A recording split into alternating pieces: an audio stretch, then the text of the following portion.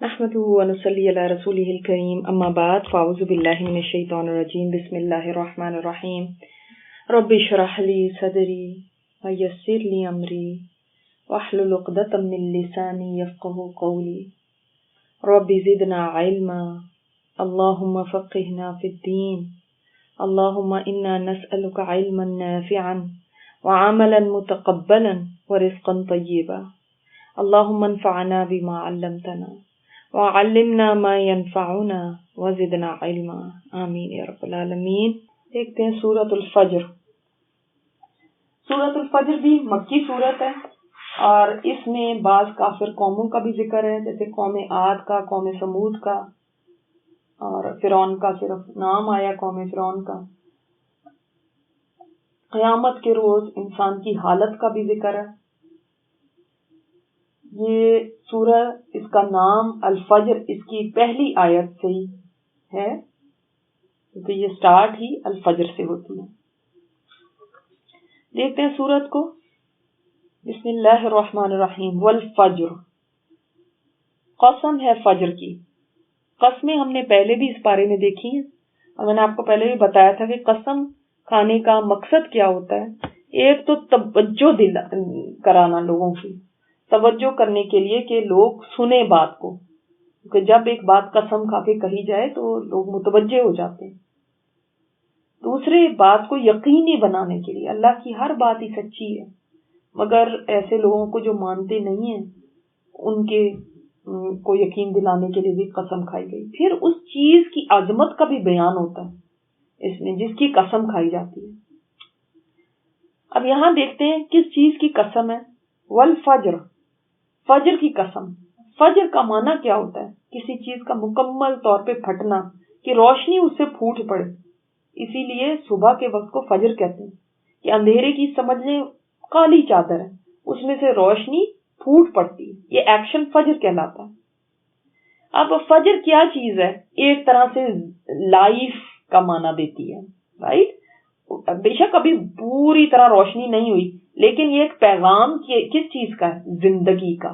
آپ دیکھتے ہیں اس وقت چرند پرند جانور سب جاگ اٹھتے ہیں، چہل پہل شروع ہو جاتی، لائف شروع ہو جاتی۔ اس کے بعد تو انسانوں میں صرف ایک مومن ہے جو فجر کے وقت اللہ کی خاطر جاگتا ہے، اٹھتا ہے۔ اس لیے امام شوکانی لکھتے ہیں کہ ایک مومن ہی ہے جو اس وقت میں اللہ کی عبادت کرتا ہے، اور کوئی بھی وجہ نہیں ہوتی جس کے لیے وہ اٹھے، یعنی کوئی اور ریزن نہیں ہوتا، نماز کے لیے اٹھتا ہے۔ اس لیے دل اس وقت اللہ سے سب سے زیادہ قریب ہوتا ہے۔ تو یہ یعنی آپ فجر کیا چیز ڈپکٹ کر رہی ہے، کس چیز کی علامت ہے؟ کہ موت کے بعد زندہ ہونا ہے۔ جیسے تم رات کو ایک چھوٹی موت سے گزرے ہو نا، نیند بھی موت کی بہن ہے، تو چھوٹی موت سے گزر کے اس وقت اٹھے ہو، اسی طرح تم ایک بڑی موت سے، جو اصل موت ہوگی، اس سے اٹھو گے قیامت کے دن۔ تو فجر زندگی ہے موت کے بعد کی۔ اسی لیے ہم جب صبح اٹھتے ہیں تو ہم یہ نہیں کہتے اللہ کا شکر ہے جس نے مجھے نیند سے اٹھایا، ہم کہتے ہیں الحمدللہ الذی احیانا بعد ما اماتنا، جس نے ہمیں زندہ کیا موت کے بعد۔ تو یہ قسم کس چیز کی ہوئی؟ جی اٹھنے کی۔ آپ دیکھ لیں کہ وہ اسی چیز کو تو نہیں مانتے تھے کہ جی اٹھنا، لیکن ہر فجر اس چیز کی گواہ ہے کہ جی اٹھنا ہے۔ جیسے یعنی ہر فجر کا وقت ہمیں یاد دلاتا ہے کہ ایک بڑی فجر بھی آنی ہے جب مر کے اٹھیں گے، ٹھیک ہے؟ بعض کہتے ہیں کہ یہ یوم النحر کی فجر کے لیے ہے۔ یوم النحر ہوتا ہے قربانی کا دن، 10 ذی الحجہ، اس کی رات ہم کہاں گزارتے ہیں؟ مزدلفہ میں ہوتی ہے۔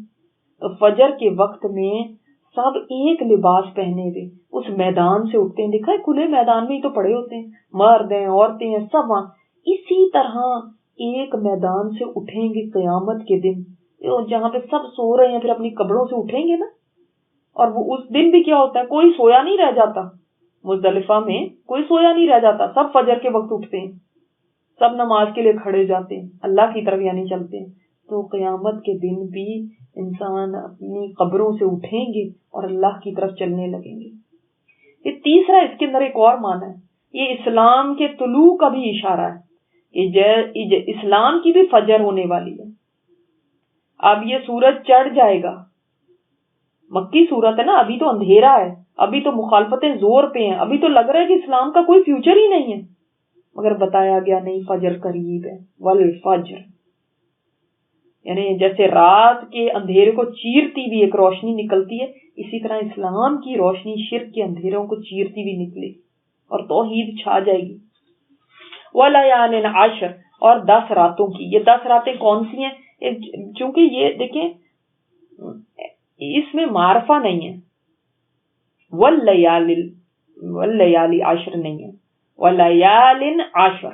پہلے تو الفجر تھا نا، لیکن یہ لیال عشر ہے، یعنی کوئی بھی راتیں ہو سکتی ہیں. اب اس میں علماء نے مختلف رائے دی ہیں. ایک رائے یہ ہے کہ یہ رمضان کی جو آخری 10 راتیں ہیں وہ مراد ہیں، اور ان میں بھی بہت بڑی فضیلت ہے. آپ کو پتہ ہے قرآن کریم ان میں نازل ہوا ہے، ان میں سے ایک رات میں.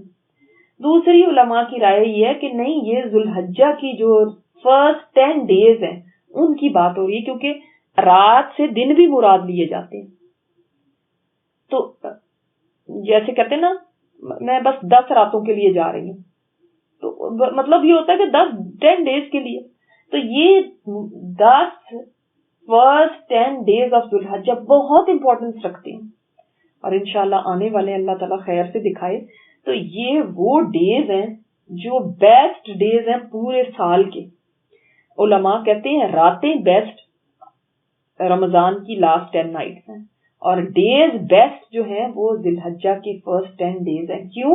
اس لیے کہ آپ صلی اللہ علیہ وسلم نے فرمایا عشرہ ذوالحجہ کے مقابلے میں دوسرے کوئی دن ایسا نہیں ہے جن میں نیک عمل اللہ کو ان دنوں سے زیادہ محبوب ہو.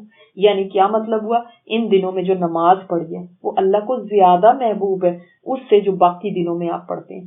ان دنوں میں اگر روزہ رکھتے ہیں وہ اللہ کو زیادہ محبوب ہے جو باقی دنوں میں آپ رکھیں گے.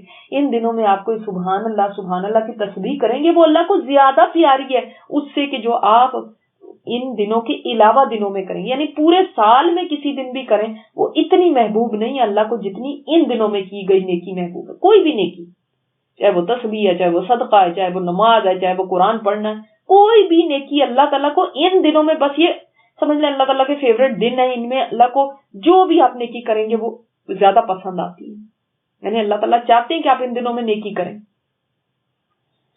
اب اندازہ کریں کہ یہ کتنے فضیلت والے دن ہیں کہ صحابہ نے عرض کیا یا رسول اللہ، یعنی اللہ کے راستے میں کوئی جہاد کرے اس سے بھی زیادہ کیا اللہ کو محبوب ہے ان دنوں کا عمل؟ یعنی ان دنوں کے علاوہ دنوں میں کوئی جہاد کرتا ہے تو بہت بڑا نیکی کا کام ہے، تو اس سے بھی زیادہ ان دنوں کا عمل اللہ کو محبوب ہے. آپ نے فرمایا اللہ کی راہ میں جہاد کرنا بھی نہیں اتنا بڑا عمل جتنا ان دنوں میں نیکی کرنا بڑا عمل ہے، سوائے اس کے جو اپنی جان اور مال لے کر نکلے اور پھر کسی چیز کے ساتھ بھی واپس نہ آئے. یعنی راستے میں وہاں پہ اس راستے میں جان بھی اپنی دے دی اور مال بھی چلا گیا اور کچھ بھی نہیں ہے جو واپس آیا. تو ہاں وہ ہو سکتا ہے اس کے برابر، لیکن اس کے علاوہ کوئی نہیں ہو سکتا. تو سوچیں کہ کتنے بڑی عظمت والے دن ہیں یہ جو ذوالحجہ کے 10 دن ہیں. اور یہ بھی ایک کچھ علماء نے اس آیت کی اتنی پیاری ایک تفسیر یہ بھی کی ہے کہ یہ ایک آیت سبحان اللہ یہ آپ صلی اللہ علیہ وسلم کی سیرت کی سمری ہے، آپ کی پوری زندگی کی سمری ہے. وہ کیسے؟ 10 آخری راتوں میں کیا ہے؟ لیلۃ القدر، اس میں کیا اترا؟ قرآن، اور قرآن شروعات ہے نبوت کی، رسالت کی، تبھی سے آپ صلی اللہ علیہ وسلم کی رسالت شروع ہوئی تھی نا. اور حج کب ہوتا ہے؟ یہ 10 دنوں میں آخری. تو آپ نے حج کتنا کیا اپنی زندگی میں؟ ایک ہی کیا. اب کیا یہ جو دن تھے ذوالحجہ کے آخری دن، یہ سمجھیں آپ کی زندگی کے آخری دن تھے، اس لیے کہ اس کے بعد تو آپ ربیع الاول میں تو وفات پا گئے تھے. حجۃ الوداع کے بعد ہی آپ صلی اللہ علیہ وسلم کی وفات ہو گئی تھی. تو سٹارٹ کہاں سے ہوئی رسالت؟ وہ لیلۃ القدر سے. اور آپ صلی اللہ علیہ وسلم کی زندگی کا اینڈ کہاں ہے؟ یہ ذی الحجہ کے آخری دنوں کے بعد. یعنی پوری زندگی آپ صلی اللہ علیہ وسلم کی اس ایک آیت کے اندر آ گئی. تو اس کی ان راتوں کی بھی اللہ نے قسم کھائی. میں نے آپ کو بتایا نا، جس چیز کی اللہ تعالیٰ قسم کھا لیں اس چیز کی عظمت بھی بیان ہو رہی ہوتی ہے. تو سوچیں یہ چیزیں معمولی نہیں. والشفع والوتر، اور قسم ہے شفع کی. شفع کہتے ہیں ایون کو، اور وتر آڈ کو کہتے ہیں. اس لیے ہم وتر کی نماز پڑھتے ہیں نا، 1 3 5 7 9، یہ وتر ہے. تو کیا مراد ہے شفع سے؟ ایک شفع کی قسم ہے اور ایک وتر کی قسم ہے. شفع ایون، اللہ تعالیٰ کی ساری مخلوق آڈ ہے کہ ایون ہے؟ ایون ہے، اس لیے کہ پیئرز میں ہے. ساری مخلوق جوڑوں میں ہے. کہیں مذکر مؤنث کا جوڑا ہے، کہیں اس طرح سے جوڑا نہیں بنتا تو دن اور رات کا جوڑا، حق اور باطل کا جوڑا، یہ سب جوڑے ہیں نا. سورج اور چاند کا جوڑا. تو جوڑے جوڑے کے اندر اللہ نے ہر چیز کو پیدا کیا. تو شفع کی جب اللہ تعالیٰ نے قسم کھائی تو ساری مخلوق کی قسم ہے. اور وتر اللہ کی ذات ہے، کیونکہ وہ اکیلا ہے، اس کا کوئی جوڑا نہیں ہے. تو اللہ کی قسم اور مخلوق کی قسم. دوسرا بھی علماء نے یہ کہا، یعنی مختلف رائے ہیں نا ان قسموں کے بارے میں، کہ اشف سے مراد تمام دن اور رات ہیں. کیونکہ دن رات جوڑے جوڑے میں ہے نا. ہر رات آتی ہے پھر اس کا دن آتا ہے، پھر رات آتی ہے پھر اس کا دن آتا ہے. لیکن ایک دن ایسا ہے جس کی کوئی رات نہیں ہے اور وہ قیامت کا دن ہے، تو اس کی قسم ہے. بار کہتے یہ ڈفرنٹ رائے ہیں. پھر اس کے بعد واللیل اذا یسر، اور رات کی جب کہ وہ رخصت ہوتی، چلنے لگتی. سیر سے ہے نا، یعنی چلنے لگتی ہے. رات ختم ہونے کی بات نہیں کی، چلنے کی بات کی. یعنی جب رات رخصت ہو رہی ہے، جا رہی ہے، وہ وقت بھی کون سا ہوتا ہے؟ جب رات جا رہی ہوتی ہے، جو رات کا آخری پہر ہوتا ہے، رات کا جو ایک تہائی حصہ ہوتا ہے، یہ بھی کتنا فضیلت والا ہوتا ہے. اس میں دعائیں قبول ہوتی ہیں. اس میں اللہ تعالیٰ نزول فرماتے ہیں آسمان دنیا پہ، اور اللہ تعالیٰ پوچھتے ہیں کہ کوئی ہے جو مجھ سے مغفرت مانگنے والا ہو، جو کوئی ہے جو مجھ سے کوئی دعا کرے تو میں اس کی دعا قبول کروں. تو یہ بھی بہت فضیلت والا ٹائم ہے. یہ سارے ہی فضیلت والے ٹائم ہے نا. فجر کا بھی ہو گیا، لیالین عشر کا بھی ہو گیا، اور رات بھی جب جا رہی ہے. اور اللہ تعالیٰ نے یہ قسم کھا کے کیا بتایا؟ ایک تو یہ بھی بات اس میں سمجھ آتی ہے کہ دیکھو، جب تم سفر کرتے ہو، تم چلتے ہو، تو تمہارا اس کے اوپر زور ہوتا ہے، لیکن تمہارا ٹائم کے اوپر زور نہیں ہے، رات اور دن کے اوپر تمہارا زور نہیں ہے. لیکن اللہ تعالیٰ ٹائم پہ زور رکھتا ہے. اللہ رات کو چلاتا ہے، رات بھی چلتی ہے، وہ رات کو حکم دیتا ہے تو وہ چلتی ہے. یہ بھی اللہ کی قدرت ہے نا. اس میں انسان کا کوئی ذرا سا بھی بس نہیں ہے. اور جب رات ختم ہو رہی ہے تو یہ ایک طرح سے اشارہ اس چیز کی طرف بھی ہے کہ دنیا بھی اپنے اختتام کی طرف ہے. دنیا بڑی تیزی سے ختم ہونے کی طرف ہے.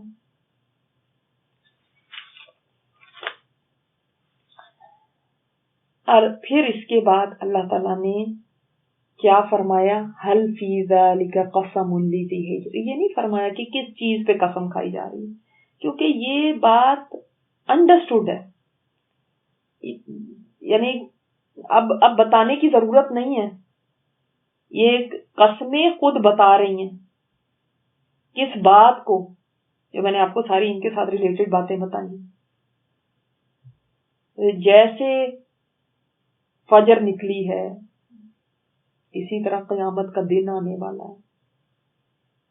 اسی طرح یہ 10 راتیں ہیں، یہ بھی انسان کو، یہ جو 10 ذی الحجہ کے دن ہیں، یہ بھی انسان کو یاد دلاتے ہیں. آپ کو پتہ ہے حج سب سے بڑا ریمائنڈر ہے کس چیز کا؟ قیامت کے دن کا. اور والشفع والوتر، اور اللہ تعالیٰ کی ذات وہ ہے جو ساری اپنی مخلوق کو پھر زندہ کرے گی. اور رات جا رہی ہے، یہ سفر کر رہی ہے. اسی طرح یہ دنیا سفر کر رہی ہے. اور یہ ختم ہونے والی ہے، اور کوئی ایک ہستی ہے جو اس کو کنٹرول کرنے والی ہے. اور یہ ساری باتیں کنکلوڈ کی کس بات سے؟ حل فی ذالک قسم لذی حجر، کیا اس میں انف قسم نہیں ہے عقل والوں کے لیے؟ ہجر کہا گیا. ہجر ویسے تو کہتے ہیں پتھر کو. پتھر بھی جو ہوتا ہے وہ کیا ہوتا ہے؟ جب انسان کسی راستے میں جا رہا ہوتا ہے، پتھر اگر راستے میں پڑا تو اس کو روک دیتا ہے. اسی طرح عقل کو پھر کیوں ہجر کہا گیا؟ اس لیے کہ عقل بھی غلط راستے پر جانے سے روک دیتی ہے، اور عقل والا وہی ہے جو انسان کو روک دے، وہی عقل کہلائے گی نا. وہ تو بے وقوفی ہے جو غلط راستے پہ چل رہا ہے، اس کی عقل اس کو کوئی منع نہیں کر رہی، روک نہیں رہی، اس کے اندر کوئی عقل نہیں ہے. عقل ہوتی ہی وہ ہے جو روک دے اس کو غلط راستے سے. سمجھ آئی نا؟ اسی لیے لی ہجر کہا گیا، ہجر والوں کے لیے، عقل والوں کے لیے. سمجھ آئی اس کی ڈیپتھ کتنی ہے؟ یعنی اگر تم ان قسموں کی ڈیپتھ سمجھ جاؤ تو تم عقل والے ہو. اور یہ بھی ایک یونیک وے ہے، کیونکہ کہیں اور پہ بھی اللہ تعالیٰ نے قسمیں کھا کے یہ نہیں فرمایا یہ ان قسموں کے اوپر غور کرو، یہ بہت بڑی قسمیں. یہ صرف سورۃ الواقعہ میں اللہ تعالیٰ نے فرمایا تھا نا، وہاں پہ صرف بتایا تھا کہ انہ لقسم لو تعلمون عظیم، یہ قسم اگر تم سمجھتے ہو تو بہت بڑی ہے. اسی طرح یہاں پہ کہا کہ یہ قسمیں اگر تم غور کرو تو یہ بہت تمہیں عقل والوں کے لیے یہی کافی ہو جائے. صرف قسمیں ہی.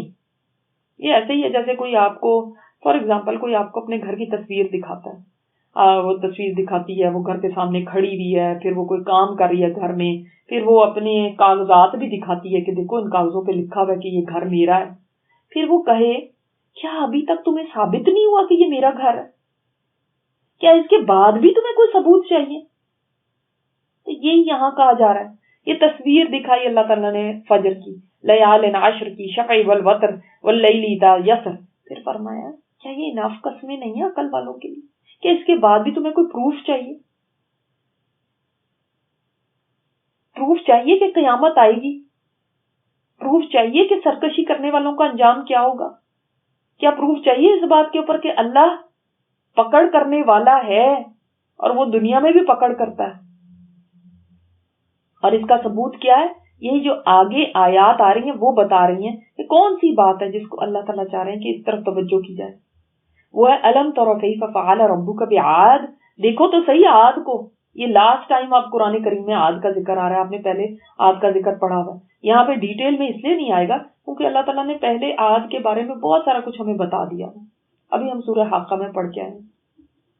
تو یعنی جب کوئی ٹیچر بار بار ایک بات کو پورا سال دہراتا رہے پھر اس کے بعد کہے کہ یہ تو بات میں نے پہلے پڑھا دی ہوئی ہے نا، یہ تو اب آپ کو پتا ہے. اسی طرح یہاں پہ بس عاد کا اتنا ہے. الم تر کیف فعل ربک بعاد. تمہیں دیکھا نہیں تم نے؟ اب یہاں پہ دیکھیں افلا ینظرون پہلے آیا تھا پچھلی سورہ میں، نظر سے دیکھنا کوئی چیز کو، یعنی فزیکلی جب آپ دیکھتے ہیں اور پھر اس کے بعد آپ اس سے انفر کرتے ہیں.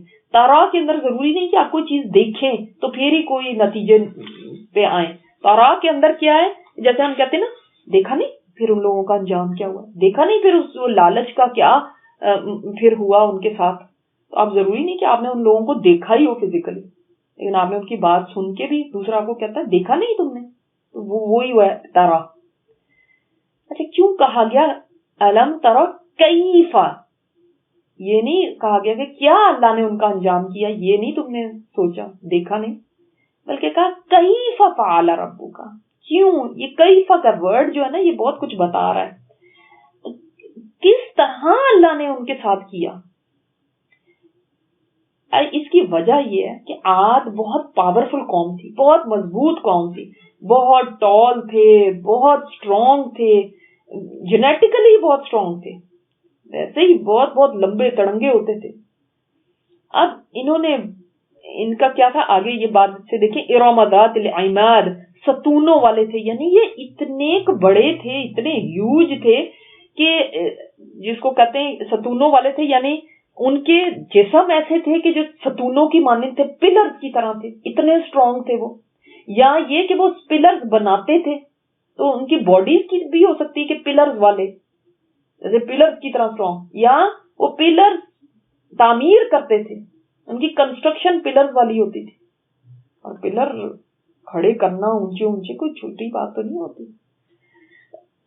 اور ارم ان کا جو جد امجد جو ان کا بڑا تھا یعنی نوح علیہ السلام کے بیٹے سام کی اولاد میں سے آگے یہ لوگ آتے ہیں. اور ان کا جو شجرہ نسب کہا جاتا ہے وہ یہی بتایا جاتا ہے کہ ان کے یعنی عاد بن اوس بن ارم بن سام بن نوح یعنی سام کا بیٹا تھا ارم اور ارم کے آگے بیٹا اوس اور اوس کے آگے یہ عاد جس جو سارے ان کا بڑا جس کی یہ اولاد میں سے تھی یہ قوم تھی.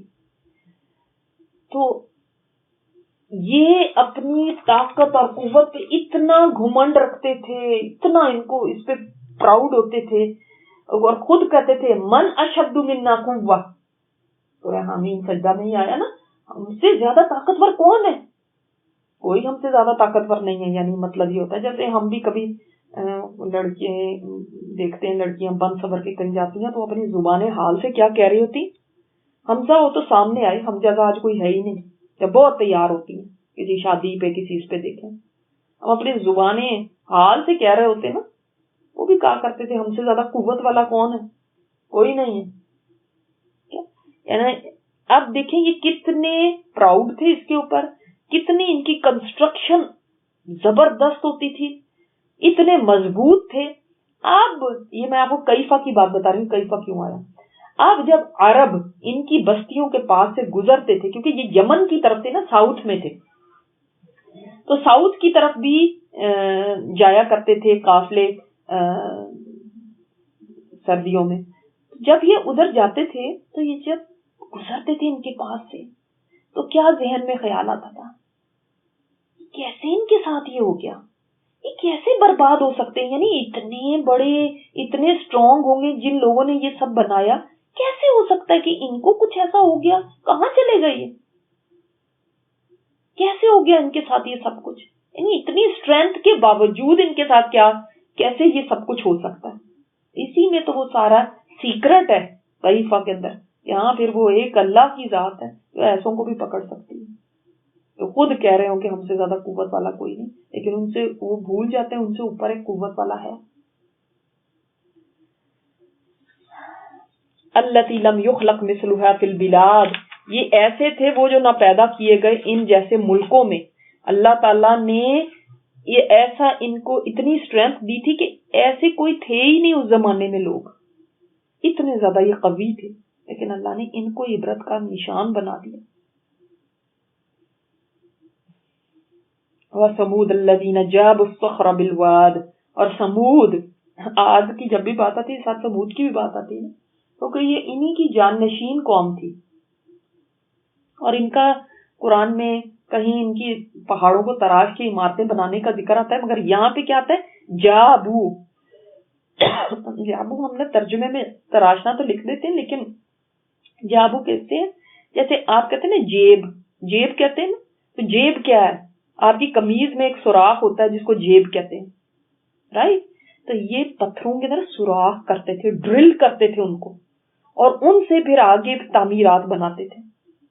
کیا آپ اندازہ کر سکتے ہیں ان کے پاس کون سی بجلی تھی جسے ڈرل چلتی تھی, ان کی جو کرینز تھیں یا ڈرل تھیں جن سے وہ کاٹتے پہاڑوں کو اور سوراخ کرتے, اور پھر صرف مین پاور, صرف ہاتھوں سے یہ کام کرتے تھے وہ.